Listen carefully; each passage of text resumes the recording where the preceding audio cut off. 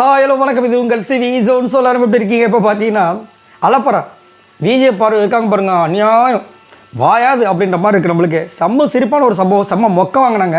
So அதை பற்றி பார்க்கலாம். அதுக்கு முன்னாடி பார்க்குற எல்லாருமே நம்மளோட சேனலை சப்ஸ்கிரைப் பண்ணிட்டு பாருங்கள், லைக் பண்ணுங்கள், கமெண்ட் பண்ணுங்கள், ஷேர் பண்ணுங்கள். இப்போ வாங்க அந்த வீடியோக்குள்ளே போகலாம். விக்ரம் வந்து சுபிக்ஷா வந்து கலாய்க்கிறார். என்ன கலாய்க்கிறாருன்னா, டாஸ்க்குன்னு வந்துட்டு அழுவா, டாஸ்க்கில் தோத்துட்டா அழுவா சுபிக்ஷா அப்படின்போது அவ்வளோதான் ஒன்று அப்படின்னு கொண்டுட ஏதோ சம்திங் சொல்கிறாங்க, அவங்க கிண்டல் பண்ணுறாங்க. அப்போ ஏன் டென்ஷன் ஆகிற, நீயும் கலாயி, அவரு சாரி கேட்கலாம் அழுவார் அப்படின்னு கலாயி அப்படின்போது, இல்லை அது எனக்கு வரமாட்டுது. என்ன வரமாட்டுது, அப்பப்போ வந்துட்டு உடனே வந்து கவுண்டர் கொடுக்கறதுக்கு பழகிக்கோ. இப்போ பார்வதியெல்லாம் பாரு, அப்போ அங்கே வராங்க, அவன் கொடுக்கறது கவுண்டரே இருக்காது, ஆனாலும் ஏதோ ஒன்று கொடுத்துட்டு போவா அப்படின்ற மாதிரி சொல்லும்போது அவங்க வராங்க. ஆமாம் தெரியும்டா டே, ஆனால் நான் ஒன்று சொல்லியே அவங்க சொல்கிறாங்க. ஏன்டா டேய், 6 மணி நேரம் அவங்க நின்னாங்க பற்றி அந்த டாஸ்க்கு, டிக்கெட்டு ஃபினால ஃபஸ்ட்டு டாஸ்க்கு. அப்போது நான் வந்து உள்ளே வந்து டயர்டில் படுத்துட்டேன். இவன் வந்து என்ன பண்ணான், என்னை பார்த்துட்டு தூங்கு அப்படின்ட்டு போகிறான். ஏன்டா அப்போ என்ன அர்த்தம், இங்கே தூங்குறதுக்கு பதில் நாங்கள் தூங்கிட்டோம், நீ போய் வெளியே போய் பீன் பேக்கில் படுந்தானே அர்த்தம் அப்படின்றாங்க.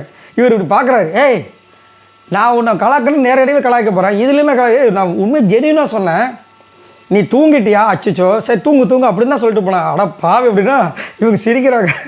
ஐயோ அப்படியாடா டே, இதுதான்டா உனக்கும் எனக்குள்ள டிஃப்ரென்ஸு.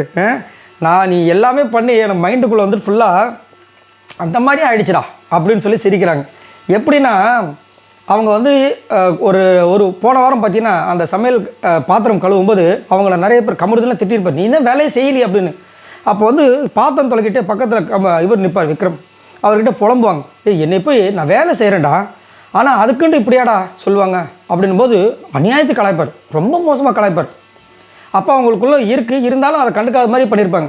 அதேமாதிரி திவ்யா கூட சண்டை போடும்போது விக்ரம் என்னை வந்து குள்ளநறி சொல்கிறா, ஆமாம் அதான உண்மை அப்படின்ட்டார். அவங்களுக்கு உள்ளுக்குள்ளே எப்படி இருந்திருக்கும், ஆல்ரெடி ஒருத்தங்க கலாய்க்கிறதுக்காக வந்து பேசும்போது ஆமான்னு சொல்லும்போது எப்படி இருக்கும். இந்த மாதிரி கவுண்டர் அட்டாக்கிங் அவர் கொடுத்து இதுவுமே அப்படி தான் இருந்திருக்கும், அவங்க மைண்டுக்குள்ளே போயிருக்கு. இப்போ அவர் சிரித்து பேசுறதுக்கு அப்புறமா ஐயோ அப்படியாடா அப்படின்னு சொல்லிட்டு போகிறாங்க. செம சிரிப்பு எனக்கு. அதாவது அரண்டவங்க கண்ணுக்கு இருண்டதெல்லாம் பேயின்ற மாதிரி வந்துட்டு இவங்களை அரண்ட மாதிரி ஆக்கிட்டாங்க. சுற்றி இருக்கவங்க எல்லாமே கலாய்ச்சி இப்போ அவங்களோட மைண்டு ஃபுல்லாக அவங்க எது பேசினா நம்மளை கலாய்க்கிறதா போகிறாங்க அப்படின்னு ஒரு மைண்டுக்கு வந்துட்டாங்க. வேறு வழி கிடையாது, அந்த மாதிரி தான் இருக்குது. சரிங்களா? ஆனால் ஒன்று மட்டுங்க, இந்த வாரம் வந்துட்டு நிறைய டிஃப்ரென்ஸ். எல்லாருமே எல்லார்கிட்டையும் பேசுகிறாங்க பாருங்கள், சிரித்து, அது சூப்பராக இருக்குது. ஸோ இதை பற்றி உங்களோட கருத்துக்களை சொல்லுங்கள். எனக்கு செம்ம சிரிப்பு விஜய் பரது பக்கம் வாங்கினது பார்க்கும்போது. ஆனால் விக்ரம் நல்லா ஜாலி, அதான் நல்லா காம்போ இப்போ தான் கொஞ்சம் வெளியே வருது. ரைட், இதை பற்றி உங்களோட கருத்துக்களை சொல்லுங்கள். பாய் நண்பர்களே.